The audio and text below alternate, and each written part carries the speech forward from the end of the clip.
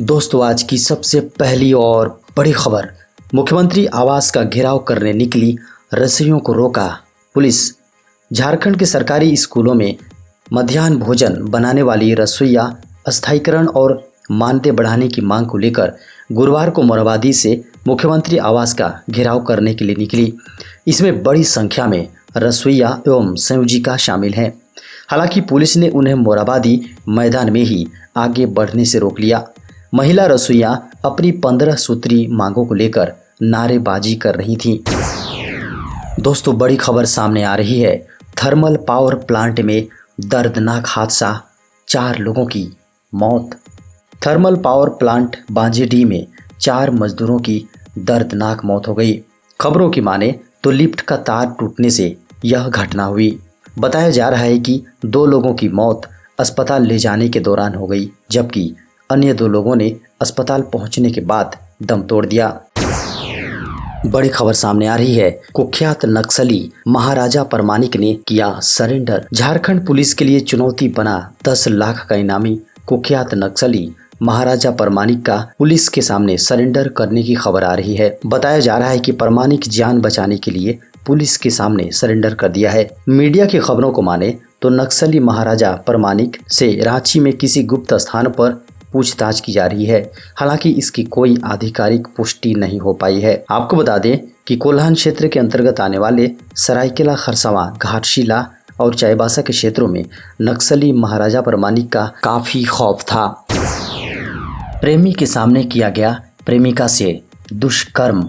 धनबाद के टुंडी थाना क्षेत्र के एक मैदान में अपने प्रेमी के साथ जा रही एक युवती के साथ सामूहिक दुष्कर्म किए जाने का मामला प्रकाश में आया है। मामला 19 अगस्त रात 8 बजे की है। टुंडी पुलिस ने युवती की शिकायत पर त्वरित कार्रवाई कर 7 आरोपियों को गिरफ्तार कर लिया है। टुंडी पुलिस के अनुसार 7 युवकों ने घटना में अपनी संलिप्तता स्वीकार कर ली है। युवती ने पुलिस को बताया कि घटना के दिन वो अपने प्रेमी से मिलने दक्षिणी टुंडी गई थी, जहां उसके साथ यह घटना हुई। दोस्तों, बड़ी खबर सामने आ रही है। झारखंड में उद्योग लगाने पर 50 करोड़ की रियायत। झारखंड में निर्माण कार्य शुरू करने वाली बड़ी कंपनियों को 50 करोड़ रुपए तक का 50 करोड़ रुपए तक की सब्सिडी दी जा सकती है। ग्राहकों को 2 पहिया, 3 पहिया या कार या फिर बस की कीमत के हिसाब से 10% तक की रियायत मिलेगी। इस प्रकार 2 पहिया की खरीदारी पर अधिकतम 10,000 रुपये, वहीं कार पर 1.5 लाख रुपए तक सब्सिडी मिलेगी। यह सब्सिडी ग्राहकों को कार एजेंसी के माध्यम से ही मिल जाएगी।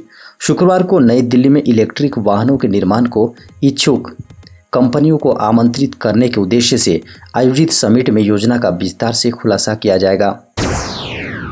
एसआईटी का बड़ा खुलासा। झारखंड में हुई थी रेमडेसिविर की चोरी। एसआईटी का नेतृत्व कर रहे एडीजी अनिल पल्टा की ओर से झारखंड हाईकोर्ट को बताया गया है कि रिम्स से रेमडेसिविर की 6 वायल की चोरी हो गई थी। यह रेमडेसिविर भी कालाबाजारी करने के मुख्य आरोपी राजीव सिंह को उपलब्ध कराई गई थी। इस मामले पर रिम्स से भी रिपोर्ट मांगी गई है। रिपोर्ट मिलने के बाद जांच आगे बढ़ाई जाएंगी। कोल इंडिया की तैयारी। सिमडेगा में खुलेंगी हॉकी एकेडमी। झारखंड के सिमडेगा में बहुत जल्द बालिका हॉकी एकेडमी खोले जाएंगे। इसको लेकर कोल इंडिया ने तैयारी शुरू कर दी है। खबरों के अनुसार अगले सप्ताह कोल इंडिया सचिव व निदेशक से मिलकर एकेडमी खोलने को लेकर सारा दस्तावेज सौंपेगा। झारखंड के खेल सचिव अमिताभ कौशल से कोल इंडिया के एग्जीक्यूटिव डायरेक्टर साई राम और सीसीएल के कमांडर विक्रांत मल्हान ने मिलकर सिमडेगा में बालिकाओं के लिए हॉकी एकेडमी खोलने की इच्छा जताई। झारखंड पुलिस ने ईडी को सौंपी रिपोर्ट। झारखंड के 9 साइबर क्रिमिनल है 100 करोड़ के मालिक। झारखंड के साइबर अपराधियों की कुंडली झारखंड पुलिस मुख्यालय ने तैयार कर प्रवर्तन निदेशालय यानी ईडी को सौंप दी है। इस सूची में 9 शातिर अपराधियों के नाम शामिल है। इन ठगों ने साइबर फ्रॉड से ही लगभग 100 करोड़ रुपए की संपत्ति अर्जित कर ली है।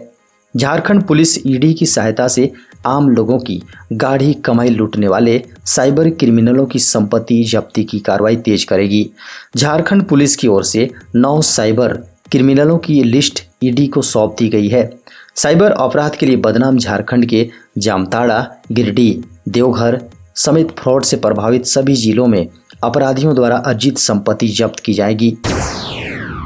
झारखंड कांग्रेस के नवनियुक्त प्रदेश अध्यक्ष राजेश ठाकुर ने चारों कार्यकारी अध्यक्ष के साथ कांग्रेस की राष्ट्रीय अध्यक्ष सोनिया गांधी और राहुल गांधी से मुलाकात की। उनके साथ कांग्रेस के प्रदेश प्रभारी आरपीएन सिंह भी मौजूद थे।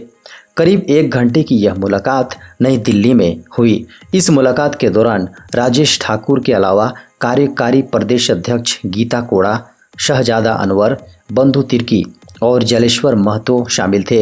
1 घंटे की मुलाकात के दौरान स्पष्ट तौर पर पांचों को कहा गया है कि हर हाल में कांग्रेस को झारखंड में मजबूत करना है। दोगुनी हो सकती है पीएम किसान सम्मान निधि की किस्त। प्रधानमंत्री किसान सम्मान निधि योजना की राशि दोगुनी हो सकती है। इसका सीधा फायदा 12.13 करोड़ से अधिक किसानों को मिलता है। अगर सरकार इस पर फैसला लेती है और किसानों को मिलने वाली राशि दोगुनी हो जाती है तो 6,000 रुपये की जगह किसानों को 12,000 रुपये सालाना मिलेंगे, जो 3 किस्तों में किसानों को दिए जाएंगे। सरकार के फैसले पर हाईकोर्ट ने लगाई मुहर, कहा नहीं बदलेगी जेपीएससी परीक्षा के लिए उम्र सीमा निर्धारण की तिथि। 7वीं जेपीएससी परीक्षा के लिए उम्र सीमा के निर्धारण की कट ऑफ डेट नहीं बदलेगी। सरकार की ओर से उम्र निर्धारण के लिए तय की गई तिथि को हाईकोर्ट ने जायज ठहराया है और कहा है कि यह सरकार का नीतिगत मामला है। जेपीएससी सिविल सेवा की परीक्षा वर्ष 2016 के बाद 2021 में हो रही है। ऐसे में सरकार ने कट ऑफ डेट का निर्धारण 1 अगस्त 2016 किया है, जो उचित है। इसी आलोक में एकल पीठ ने आदेश दिया है कि इस आदेश के साथ ही chief justice doctor Ravi Ranjan और जस्टिस सुजीत नारायण प्रसाद की अदालत ने उम्र सीमा के निर्धारण के खिलाफ दायर अपील याचिका खारिज कर दी। झारखंड के इन विभागों सेवा व नियुक्ति नियमावली में हो सकता है संशोधन। झारखंड कर्मचारी चयन आयोग द्वारा आयोजित की जाने वाली परीक्षाओं के लिए संचालन नियमावली में संशोधन किया गया है। ऐसे में इस संशोधन के अनुरूप विभागों को भी नियुक्ति सेवा शर्त नियमावली में आवश्यक संशोधन करने की आवश्यकता महसूस की गई है। विभाग की सचिव ने सारे विभागों के अपर मुख्य सचिव, प्रधान सचिव व सचिव तथा विभाग अध्यक्षकों को पत्र लिखा है। इसमें संशोधन के बाद ही झारखंड कर्मचारी चयन आयोग को विभिन्न पदों के लिए अधियाचना उपलब्ध कराया जाएगा। सचिव ने विभागों से कहा है कि इस दिशा में कार्रवाई की जाए ताकि खाली पदों से संबंधित अधियाचना जल्द झारखंड कर्मचारी चयन आयोग को भेजी जा सके। झारखंड के पूर्व मुख्यमंत्री श्री बाबूलाल मरांडी ने कहा है, झारखंड में हर रोज अपराधी तांडव मचा रहे हैं। उद्योगपति व निवेशक भय व असुरक्षा के माहौल में हैं। उन्होंने कहा, इसे ठीक करने के बजाय मुख्यमंत्री हेमंत सोरेन जी दिल्ली में निवेशक तलाश रहे हैं। उन्हें राज्य की कौन सी तस्वीर दिखाएंगे। बाबूलाल मरांडी ने कहा, पहले राज्य की कानून व्यवस्था दुरुस्त करिए, निवेशक खुद आएंगे। एनटीए ने टाइम ब्रेकर नियम में किया बदलाव, नीट और जेईई के रिजल्ट पर होगा असर। कोरोना के चलते 1 साल जेईई और नीट की परीक्षा में कई बदलाव किए गए। वहीं अब नेशनल टेस्टिंग एजेंसी यानी एनटीए ने रिजल्ट तैयार करने के नियम में भी बदलाव किया है। अब वे पहले तक एनटीए एक टाई ब्रेकर नियम के अनुसार रिजल्ट तैयार करता था, जिसके तहत 1 से अधिक स्टूडेंट्स के बराबर नंबर आने पर उस उम्मीदवार को वरीयता दी जाती थी जिसकी आयु ज़्यादा होती। हालांकि इस वर्ष जारी नीट 2021 और जेईई मेन 2021 इंफॉर्मेशन ब्रोशर में इस नियम में बदलाव कर दिया गया है। झारखंड के 389 पुलिस कर्मियों का प्रशिक्षण 6 सितंबर से। सीमित परीक्षा से दरोगा बने 389 पुलिस कर्मियों का प्रशिक्षण 6 सितंबर से शुरू होगा। इसके साथ ही सीधी नियुक्ति हुए 5 दारोगा का भी प्रशिक्षण शुरू होगा। पुलिस मुख्यालय द्वारा जारी किया गया आदेश में कहा गया है कि कोरोना महामारी के बढ़ते प्रभाव को देखते हुए राज्य में संचालित सभी प्रकार के प्रशिक्षण को स्थगित रखने का आदेश दिया गया था। राज्य सरकार द्वारा निर्गत को कोविड गाइडलाइन के तहत कोरोना महामारी की वर्तमान स्थिति को देखते हुए सभी नियमों को पालन कर शेष बचे प्रशिक्षण का पूर्ण कराने का निर्णय लिया गया है। धनबाद जज की मौत का मामला, ऑटो चालक और सहयोगी का होगा नार्को एनालिसिस। धनबाद के जिला एवं सत्र न्यायाधीश उत्तम आनंद को टक्कर मारने वाले ऑटो चालक लखन वर्मा और उसके सहयोगी राहुल वर्मा की ब्रेन मैपिंग की प्रक्रिया बुधवार को लगभग पूरी हो गई। गुरुवार को गुजरात के गांधीनगर FSL में राहुल वर्मा का नार्को एनालिसिस टेस्ट किया जा सकता है। नार्को के लिए दोनों को सुबह 10 बजे अहमदाबाद साबरमती सेंट्रल जेल से गांधीनगर FSL ले जाया जाएगा। किसानों के लिए भारतीय कृषि अनुसंधान संस्थान ने जारी की एडवाइजरी। भारतीय कृषि अनुसंधान संस्थान ने खेती किसानी को लेकर एडवाइजरी जारी की है। किसान भाई बहन इस पर ध्यान देंगे तो फायदे में रहेंगे। कृषि वैज्ञानिकों का कहना है कि धान की फसल इस समय मुख्य तौर पर वानस्पतिक वृद्धि की स्थिति में है। इस मौसम में धान की फसल को नष्ट करने वाली ब्राउन प्लांट हॉपर का आक्रमण आरंभ हो सकता है। यह कीट धान की पत्तियों से रस चूसकर फसल को भारी क्षति पहुंचाते हैं। इसलिए किसान खेत के अंदर जाकर पौधे के निचली भाग के स्थान पर मच्छर नुमा कीट का निरीक्षण करें। किसानों को सलाह है कि बाजरा, मक्का, सोयाबीन व सब्जियों में खरपतवार नियंत्रण के लिए निराई गुड़ाई का कार्य करें। सभी दलहनी मक्का व सब्जियों में जल निकास का उचित प्रबंध रखें। रांची से दिल्ली, मुंबई और बेंगलुरु के लिए फ्लाइट की सीधी उड़ान। झारखंड के रांची एयरपोर्ट से दिल्ली, मुंबई और बेंगलुरु के लिए सीधी फ्लाइट का संचालन किया जा रहा है। कोरोना गाइडलाइन के नियमों का पालन करते हुए आप इस रूट पर विमान सेवा का लुत्फ उठा सकते हैं और यात्रा कर सकते हैं।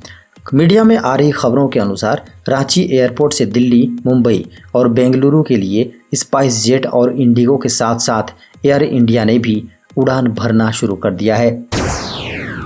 झारखंड के पूर्व मुख्यमंत्री श्री अर्जुन मुंडा ने ट्वीट करके कहा है, आदिवासी सशक्तिकरण के लिए चलाए जा रहे कार्यक्रमों के कार्यान्वयन की प्रगति की समीक्षा करने के लिए मैं कल से 2 दिवसीय यात्रा पर छत्तीसगढ़ जाऊंगा। उन्होंने कहा, इस दौरान रायपुर में राज्य के अधिकारियों के साथ समीक्षा बैठक करेंगे, जिसके बाद बस्तर जिले का दौरा करेंगे।